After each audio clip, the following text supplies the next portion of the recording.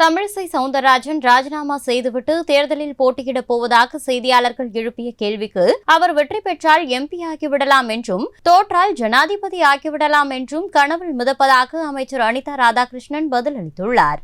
இன்றைக்கு ஐயா வைகுண்டரை தரிசிக்கின்ற முகமாக இங்கே வந்து அதை வணங்குகின்ற பாக்கியத்தை பெற்றிருக்கணும். அந்த வணங்குகின்ற போது இந்திய கூட்டணியினுடைய ஆட்சி மத்தியிலே அமைய வேண்டும்.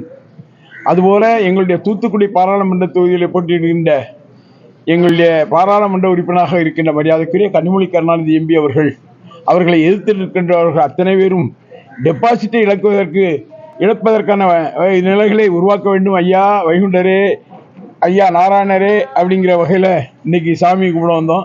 அந்த வகையில் நல்ல தரிசனம் கிடைத்து தரிசனம் பண்ணியிருக்கோம். வேற என்ன கேளுங்க. தமிழிசை சவுந்தரராஜன் வந்து ஆளுநர் பதவி ரிசைன் பண்ணிட்டு இருக்காங்க.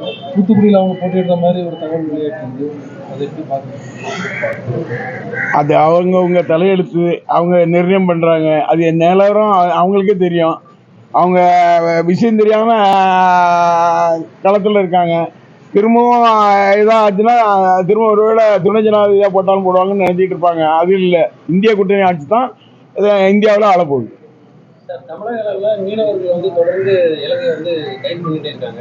இதுக்கு வந்து என்ன நடவடிக்கை எடுத்துருக்கீங்க? மத்திய அரசு தொடர்ந்து நாங்கள் பதவிக்கு வந்த பிறகு யாரையும் சுட்டுக் கொள்ளலை அப்படின்னு மட்டும் சொல்லிட்டு இருக்காங்க. அதாவது தொடர்ந்து பிடிக்கிறாங்க. செய்திகளை உள்ளது உள்ளபடி தெரிந்து கொள்ள ரெஃப்ளெக்ட் நியூஸை சப்ஸ்கிரைப் பண்ணுங்க.